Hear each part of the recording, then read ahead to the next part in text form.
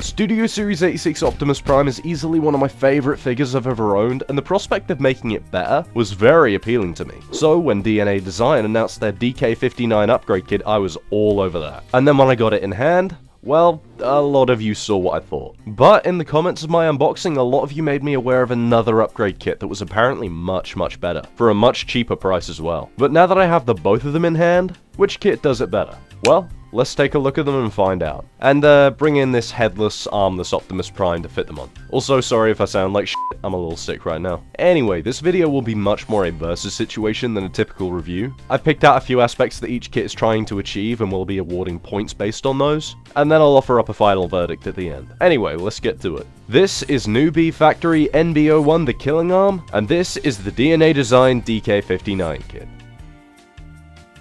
The DNA kit includes a Megatron arm, a fusion cannon, an alternate head, this gap filler for the back, these two boosters, these two matrix fillers, some side hip skirts, and a gun mode Megatron. The Killing Arm includes a Megatron arm, a fusion cannon, an alternate head, an alternate bicep part for the Megatron arm, and a sticker sheet. And I think in terms of the content in the box, the DNA kit has to take this, there's just more going on with it. It's a very diverse range of upgrades, and some of them are quite appreciated. However, I don't know if it's just the sculpt work or the plastic used, but the sculpting on the DNA kit is just really soft. There's a lot of very ill-defined details. Then comparing that to the Killing Arm, a lot of the sculpting is a lot crisper here. There's some nice sharp angles and very rich detailing. I find that the proportions in the Megatron arm are a little bit better, and while the head might not be quite as accurate as the DNA kit, it is so much better detailed and so much more in keeping with the rest of the sculpt that I do prefer it. And I do find that the color matching with the blue is much closer on the Killing Arm. Also, I have no plans to put on the stickers, but they do look pretty good. Here's a picture. As much as those various gap fillers on the DNA kit do look really nice and make him look a lot cleaner, I can't get over how much better the sculpting is on the Killing Arm. The look is gonna go to MB01. Now, in terms of accessories and features, I do think the DNA kit claims this pretty solidly. The gap filler and boosters turn the hefty backpack the figure already has into Sideswipe's jetpack, which makes it a lot better for display. The Megatron gun is a pretty nice inclusion, even if it is a little difficult to get the figure to hold it because it's not a regular 5mm peg. You do kind of have to wrap the fingers around it. But the main inclusion that the DNA kit has over the Killing Arm is the light up feature. If you disassemble the front of the fusion cannon, you get access to this small LED chip which takes two LR621 batteries, which are not included, and then you can use this magnet in the shoulder of the Megatron arm to activate it in either a full beam or a strobing effect. Now, the Killing Arm does include a housing for a light up feature. In fact, you can take the one from the DNA kit and apply it to the Killing Arm, but for one thing, there's no clear purple gels for it, and for another, it doesn't actually include the light up chip itself, so the only real feature that the Killing Arm has is the alternate bicep piece, which is really more for the alt mode as far as I can tell. This point still solidly goes to the DNA kit. Now, the posing is really a close one, but I think the NB01 kit really edges it out. The ball joint in the head on the DNA kit is pretty much the same as the Hasbro one, but the Killing Arm is a lot less restricted. The shoulders and biceps on both figures are pretty much the same. The Killing Arm only has a 90-degree elbow, whereas the DNA kit, if you use it correctly, can get pretty much all the way, although the sculpt does kind of clash if you don't line it up properly. And the hands do have pretty much the exact same joints, but the Killing Arms do feel a lot better. There's a point in the DNA kit's hand where it kind of clashes together, and I end up needing a tool to move the index finger. Now, at this point, I'd think the Killing Arm would just barely have the point, but it gets it a lot more solidly because of the hip skirts on the DNA kit, because they do limit the hips quite considerably. Because of how low the hinge sits, the hips can only kick out to the side and forwards about 2/3 of the way, and that makes the posing in the hips incredibly substandard with the DNA kit applied. It's a real case of do you want the look or do you want the playability, and for me, I'd rather have that posing power, so yeah, the Killing Arm gets this point, as does it win in the solidity department, because the DNA kit feels kinda shitty sometimes. The shoulder and the hand in the Megatron arm feel a little overly tight on my copy. The thrusters for the jetpack are a little too loose and it makes it kinda difficult to pose, and because of the way the fusion cannon tabs onto the arm, it comes off quite easily, which is very annoying.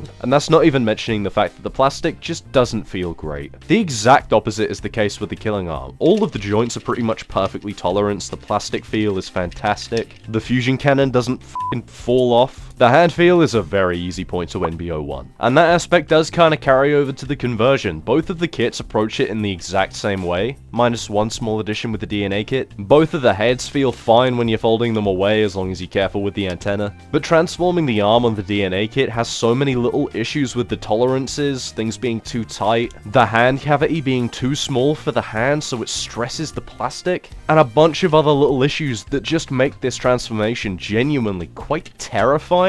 When I first did this, just transforming the arm took me about 30 minutes, and I could have sworn it was gonna break the base figure. I can't even get the side panels to close around it all the way, for f***'s sake. All of the tolerances in transforming the killing arm are just so much better. It comes together so much more smoothly, everything tabs together nicely. It doesn't stress itself and my $90 transformer, which is a real plus. And I do think the look of the killing arm in this mode is better than the DNA kit. The transformation goes to the killing arm. But I think the actual alt mode itself is gonna be a tie. Now, I do like the way that the killing arm looks in this mode a little bit more. The integration of the arm is much better. You can swap out that red bicep piece for the grey one, which gives it a more clean aesthetic. I think the fusion cannon is a bit more proportionate, and I like the fact that it can hinge down rather than having to untab and tab back on the back. But the one aspect that the DNA kit does have that levels it out a little bit is just that gap filler on the back. I don't feel the need to use it personally, but I do appreciate its inclusion. But there are a few annoying little aspects, like the fact that you have to remove the hip skirts to transform it. It's not an ideal mode, but I don't think it is considerably worse than the killing arm. But all in all, I do think that the killing arm is a much better kit. It's just a lot more well-rounded. The quality is much, much higher. But I wouldn't outright recommend this kit to everybody just because the Megatron arm isn't going to be to everyone's taste. Hell, I didn't even get the DNA kit in the first place for the Megatron arm. I got it for the head, the hip skirts, and the matrix parts. If you specifically want these kinds of upgrades, then the DNA kit might still be a good option for you. Maybe not at the full price though. The killing arm is a lot cheaper, but you're not paying less for more, you're paying less for better quality. And if you really want a Megatron arm and a more animation accurate head for your 86 Optimus, then the killing arm is your best bet, unless you want to wait around for the official one next year. Ain't it ironic that I got both of these kits the month that was announced?